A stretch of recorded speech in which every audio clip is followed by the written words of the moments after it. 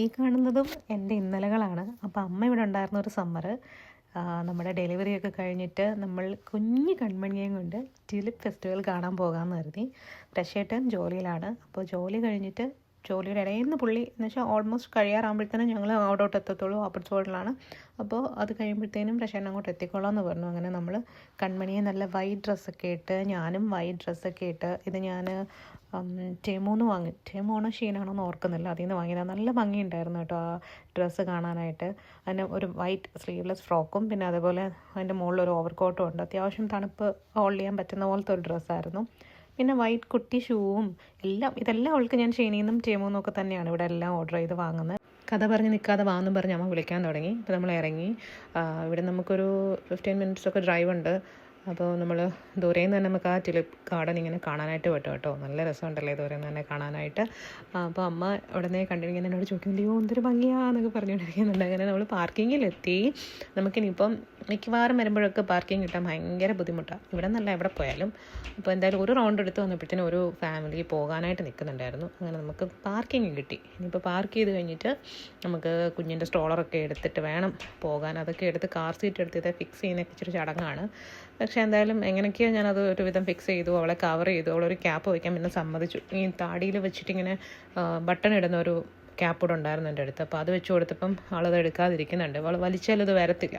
നാട്ടിലെ പോലെ long Q ഒക്കെ കാണുമോ ടിക്കറ്റ് എടുക്കാൻ എന്നൊക്കെ ഇങ്ങനെ ചോദിച്ചുകൊണ്ടിരിക്കുകയായിരുന്നു അമ്മ. അങ്ങനെ എന്തായാലും ഞങ്ങൾ വന്നു. ഇവിടെ ഇങ്ങനെ ഈ ടെൻറ്റ് പോലെ ഉണ്ടല്ലോ, ഇവിടെയാണ് നമ്മൾ ടിക്കറ്റ് എടുക്കുന്ന സ്ഥലം. വലിയ തിരക്കൊന്നും ഇല്ലാത്ത ദിവസം, കാരണം വീക്ക് ഡേയിലാണല്ലോ നമ്മൾ പോയതും. അപ്പോൾ 3 വയസ്സിന് മേളിലുള്ള കുട്ടികൾക്ക് മാത്രമാണ് ടിക്കറ്റ്. അപ്പം കൺമണിക്ക് ടിക്കറ്റ് വേണ്ട, മോൻ എടുക്കണമായിരുന്നു. നമുക്ക് 3 പേർക്കും ടിക്കറ്റൊക്കെ എടുത്തിട്ട് നമ്മളകത്തോട്ട് എൻട്രി ചെയ്തു കേട്ടോ.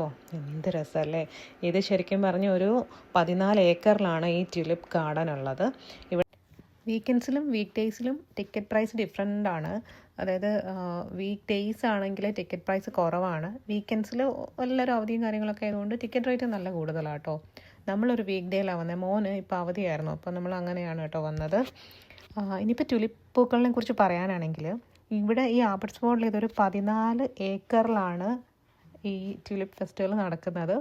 അപ്പോൾ കണ്ടില്ലേ, 40 ടൈപ്സ് ട്യൂലിപ്പ് പൂക്കളാട്ടോ ഇവിടെ ഉള്ളത്.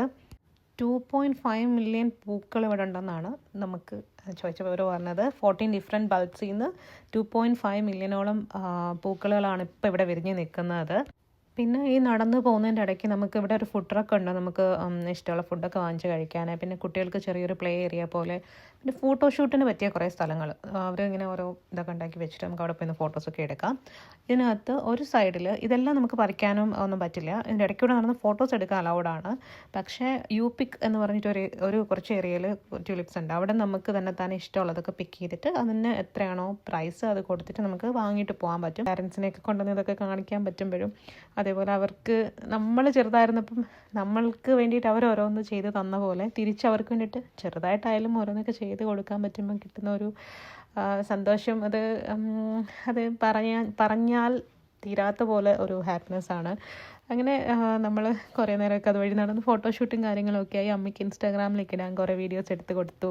അമ്മ അവിടെ വന്ന എക്സൈറ്റ്മെൻറ്റിൽ ഇവിടെ വീഡിയോ കോൾ ചെയ്ത ബ്രദറിനെയും പിന്നെ അച്ഛനെയൊക്കെ വീഡിയോ കോൾ ചെയ്തിട്ട് ഇത് കണ്ടോ എന്ത് ഭംഗിയാണ് നോക്കുന്നൊക്കെ പറഞ്ഞ് എല്ലാവരെയും വിളിച്ച് കാണിക്കുന്നൊക്കെ ഉണ്ടായിരുന്നു. എത്ര സമ്മറാണെന്ന് പറഞ്ഞാലും അത്യാവശ്യം നല്ല തണുപ്പൊക്കെ ഉണ്ട് കേട്ടോ. പിന്നെ മോളുടെ ഡയപ്പർ ചേഞ്ച് ചെയ്തിട്ടില്ല. നമ്മൾ വന്നിട്ട് 2 മണിക്കൂറോളമായി. നമുക്കതൊന്ന് ചെക്ക് ചെയ്യുകയും വേണം, ചേഞ്ച് ചെയ്യുകയും വേണം. അതിനുള്ളൊരു സൗകര്യം അവിടെ ഉണ്ടായിരുന്നില്ല. പിന്നെ പോകുന്ന വഴിക്ക് നമുക്ക് ഡിന്നർ കൂടെ കഴിക്കണം, മോനും വിശക്കുന്നെന്ന് പറയാൻ തുടങ്ങി. അപ്പോൾ വീഡിയോ എല്ലാവർക്കും ഇഷ്ടപ്പെട്ട് കാണുമെന്ന് കരുതുന്നു. Thanks for watching. Bye bye.